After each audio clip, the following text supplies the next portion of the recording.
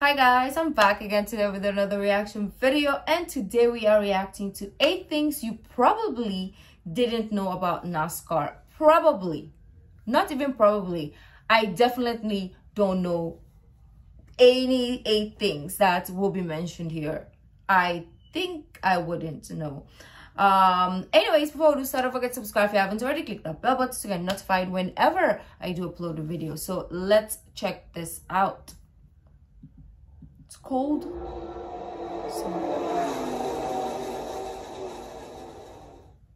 Over time, I've noticed that a good chunk of my subscribers have either never watched a NASCAR race or have just started getting into the sport. And with the core... Yeah, that's me. Because you guys asked me to react to it, so here we are. And I'm slowly learning about it. Ish. Subscribers have either never watched a NASCAR race or have just started getting into the sport. And with the quarantine finally being partially lifted this week, and NASCAR being the first American sport to resume competition, albeit with no fans in attendance, there's going to be an influx of new viewers checking into NASCAR for the first time. So I thought it might be a good idea to explain what exactly the hell is going on here for newcomers. NASCAR is actually a lot like baseball or golf. The more you know about it, the more... Those are the two sports I know nothing about as well, so it didn't help. For newcomers, NASCAR is actually a lot like baseball or golf. The more you know about it, the more interesting it becomes. But the less you know about it, the more ridiculous it seems. Actually, golf sounds amazing to me. That you probably didn't know about NASCAR. First off, NASCAR was started by state and federal criminals. Although NASCAR's founder, Bill France, was never a rum runner himself, NASCAR's early rosters from the late 40s and early 50s were filled with convicts and guys who just never got caught. Before and after Prohibition, intoxicating spirits were banned outright in several states in the Southeast. So enterprising young men throughout the South souped up their hot rods so they could outrun the cops when they were on one of their nightly runs. Eventually, local legends grew, and people wanted to know which of their local bootleggers was the best driver. And so, tracks and competitions... Now that I hear that, I like it. At some point, somebody had the bright idea to start selling tickets to these get-togethers, and stock car racing was born. Bill France, a Daytona Beach resident and businessman, as well as a former race car driver himself, saw the growing interest and established the National Association for Stock Car Auto Racing, NASCAR, and the rest was history. While many NASCAR stars had their fair share of run-ins with the law, there was none more famous than the last American hero himself, Junior Johnson. A 50-time winner in NASCAR's Top Series, Junior Johnson was arrested by federal revenuers in 1956 when he went to fire up his father's still one night. He spent 1 year in federal prison and was eventually pardoned by President Ronald Reagan many years later, although he had begun the appeal process under the Carter administration. But in true bootlegger fashion, if you ever brought this up to Junior while he was still alive, he'd be quick to remind you that he never got caught behind the wheel while he was making one of his runs. Junior gained a reputation on the track for being a tough-as-nails driver and an innovative mechanic. So innovative, in fact, that he is widely regarded as one of the most cheatingest figures in all of NASCAR. And that gets me to number 2 on this list. Cheating is not only tolerated by NASCAR fans, but is actually celebrated. I know this comes as a shocker and is at odds with every other sport in existence, but hear me out. Although the sanctioning body of NASCAR is very stringent with its rules, NASCAR fans have always turned a blind eye to cheaters in the sport and actually sing their praises amongst themselves. Teams are allowed to either build their own cars or purchase them from other teams. And even though NASCAR has strict specifications that those cars have to adhere to, there's always a little wiggle room left to exploit. There's an old saying in NASCAR, if you ain't cheating, then you ain't winning. Everybody does it, although they're usually bending the rules or just breaking a rule before it's on the books. Junior Johnson was so prolific... I mean, you can cheat if you can, like, bend it in a way that it doesn't seem like cheating. I would give an example. I can't think of any. In the art of rule dodging, that he actually had one of his creations put into the NASCAR Hall of Fame. The Yellow Banana, a 66 Ford Galaxy that was one of the most disgustingly illegal cars in the history of the sport, and got its name due to its shape and its yellow paint job. But if there was ever a mechanic who could best Junior Johnson in the dark arts of stock car cheating, it was Smokey Yunick. With a silly name but a penchant for disregarding the rules at every turn, NASCAR fans became enamored with Smokey's antics.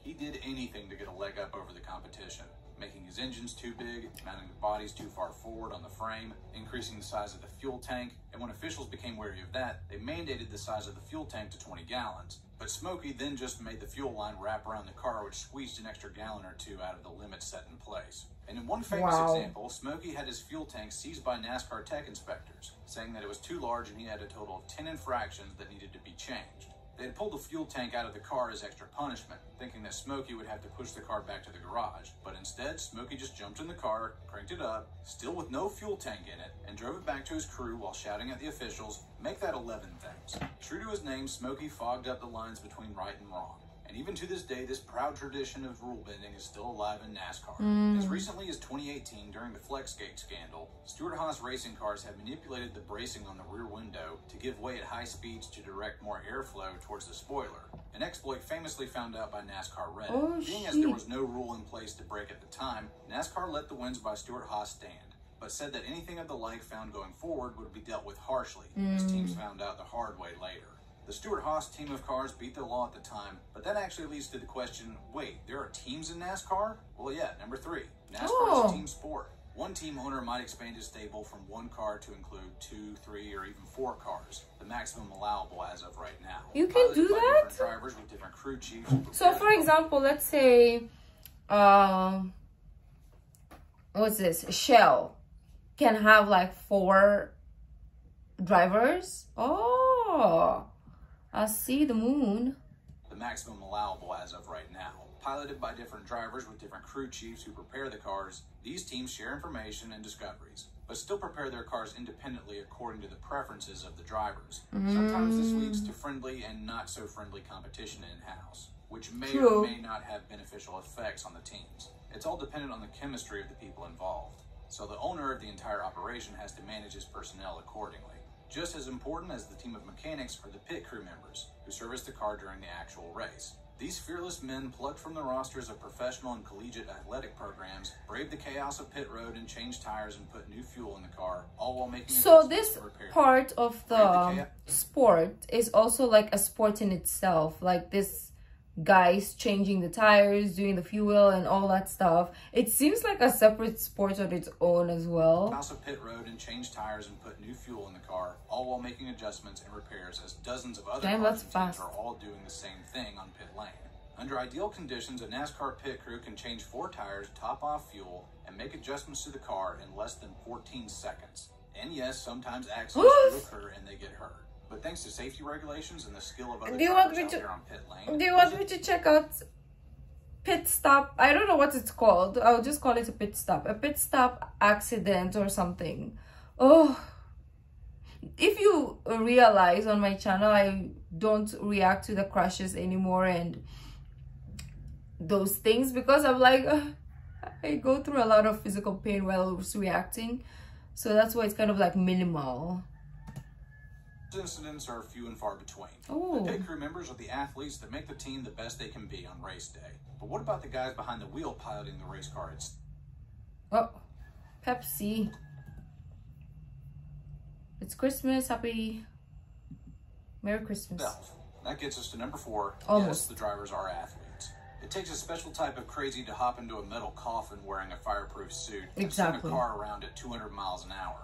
But it also takes an insane amount of physical fitness as well. Temperatures inside the car can reach as high as 140 degrees Fahrenheit. And in this oven, you have to think critically about your next move and have cat-like reflexes, all while communicating to your crew about how your car is holding up via radio. Oh my gosh, too much work. Bobby Allison used to prepare for these insane conditions by driving around his home in Hueytown, Alabama in his personal car in the middle of the summer with the windows rolled up, with the heat blasting, and while wearing several jackets. Drivers nowadays take trips to the sauna, have a strict fitness regimen, and diet they have to adhere to in order to stay at peak performance. The man we can thank for this breakthrough is Mark Martin. A man often derided as undersized during his early career, the 5'6" Arkansas native took up weightlifting and high-level fitness programs to make up for it, and found out that the workouts actually made him better equipped to handle the demands of NASCAR racing. And soon after that, nearly everyone followed suit. Even in his 50s and still winning races, Mark was still rocking an 8-pack.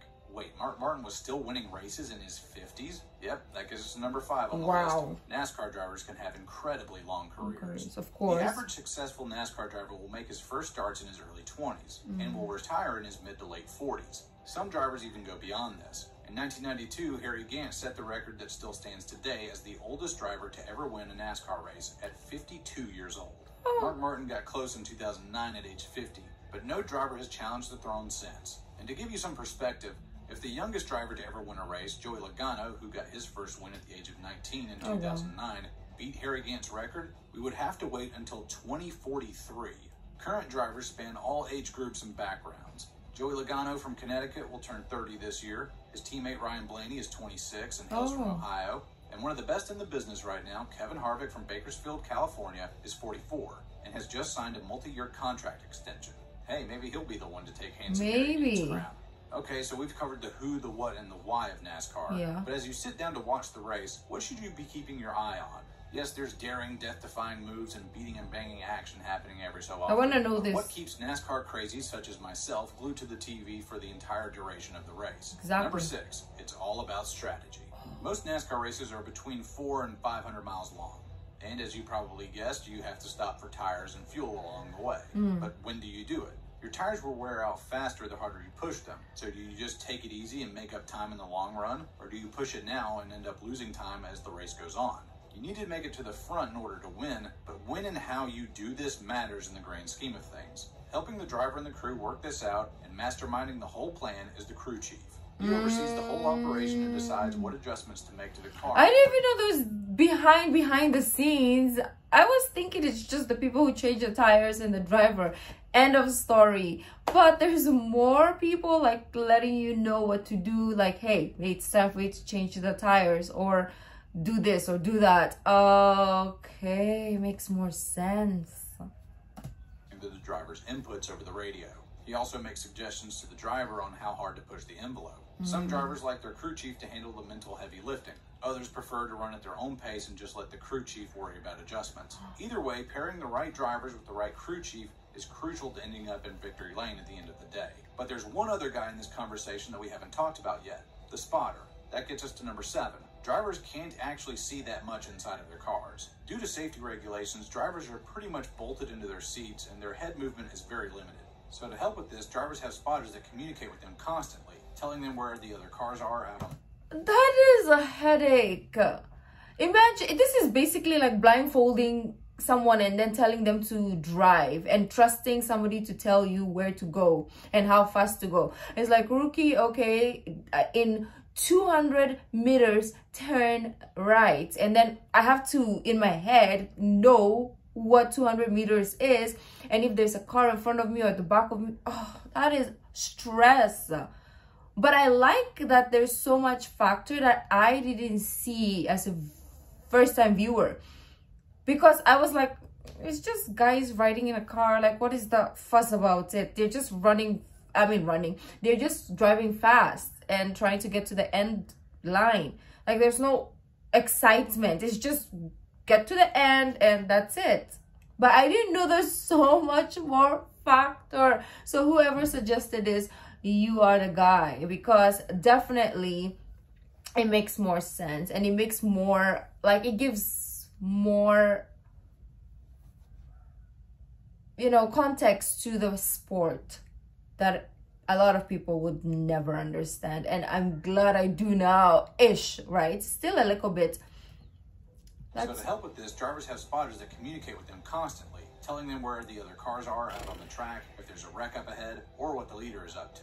These crew members, perched high atop the press box, are usually family members of the driver or former drivers themselves, who are handpicked based on their ability to communicate effectively with the driver. On those crazy double file restarts, the information spotters provide is understandably extremely important. In the early days before radio communications were widely available, lots of fatalities and injuries were caused simply because drivers didn't know what was happening up ahead. And as you probably expected, anytime a car is on the track, it is required by rule that the driver has a spotter up on the spotter stand to give him an extra set of eyes in the sky. Veteran drivers usually only have essential communications with their spotter and crew chief, as they can almost read each other's minds. However, newer drivers typically have a lot more radio traffic, as the spotter kind of doubles as a cheerleader and guide. And here's the coolest part about all this radio chatter. You can actually listen in. Using various apps on NASCAR.com or by renting a scanner at the track itself, you can pick a driver and listen in on all the back and forth action for yourself. Oh, and I like that. Sometimes the teams listen in on each other to see what kind of strategies they're cooking up. So don't be surprised if they start talking in code. But fair warning, these are grown men in a high-stress environment. Sometimes they say things that aren't exactly PG rated. I don't mind. I actually like it. Join in. Some tracks, though, are so massive that they require multiple spotters in different locations to help out the driver. And that gets us finally to number 8. NASCAR goes to a lot of very different racetracks, and yes, we even make a few right-hand turns. Every driver in the series has to have a mastery of different disciplines in racing. Whether we're talking about the 2-mile and up super speedways, the half-mile short tracks, or the twisting and turning road courses, by the end of the The only thing I know about tracks is in GTA, like that's all. So probably if it's the same, then I will understand. If not, then I'm screwed, because that's the only racing that I've actually watched is GTA. So my knowledge is so freaking minimal. 36 race schedule, every driver will have been put through a gauntlet of demanding venues. Tracks come in all shapes and sizes, and some of the lower divisions in NASCAR's minor leagues even race on dirt. These circuits dot the U.S. landscape, from major markets like Atlanta and Las Vegas to small towns tucked away in the southeast like Bristol and Martinsville and everywhere in between.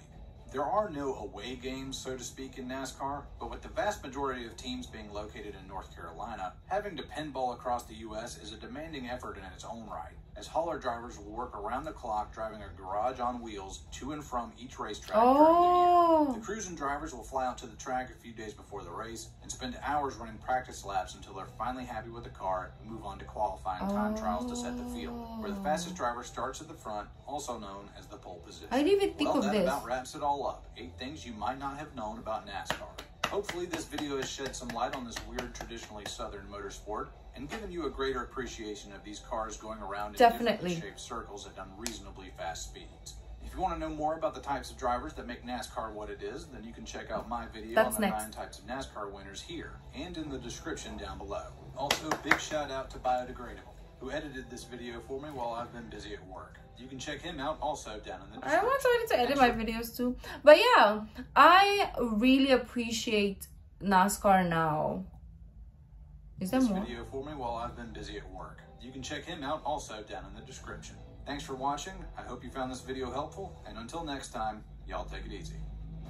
Yeah, I wish like it makes so much more sense. There's so much to still like understand. Maybe I have to watch how do you call it? I have to watch a game? Is that how you call it? I have to watch a race. There, I'm so dumb. I have to watch a race so that I can put the knowledge to the test. And also if you watch, of course, you're gonna understand even more. Of course, there's still a lot more that I would not know, and yeah, this is really exciting now that I know a little bit. I'm very, very excited, and I'm now intrigued, and I have more, how do you say this, like interest compared to previous, to actually get deeper into the sport and like learn more about the sport now that I know this. So very interesting. I love this video. Thank you, S1 App Shoes, whatever this channel's name is. Amazing. Well, let me know what you guys thought. If you like this video, don't forget to give this video a thumbs up, subscribe if you haven't already. I'll see you in the next video. Bye.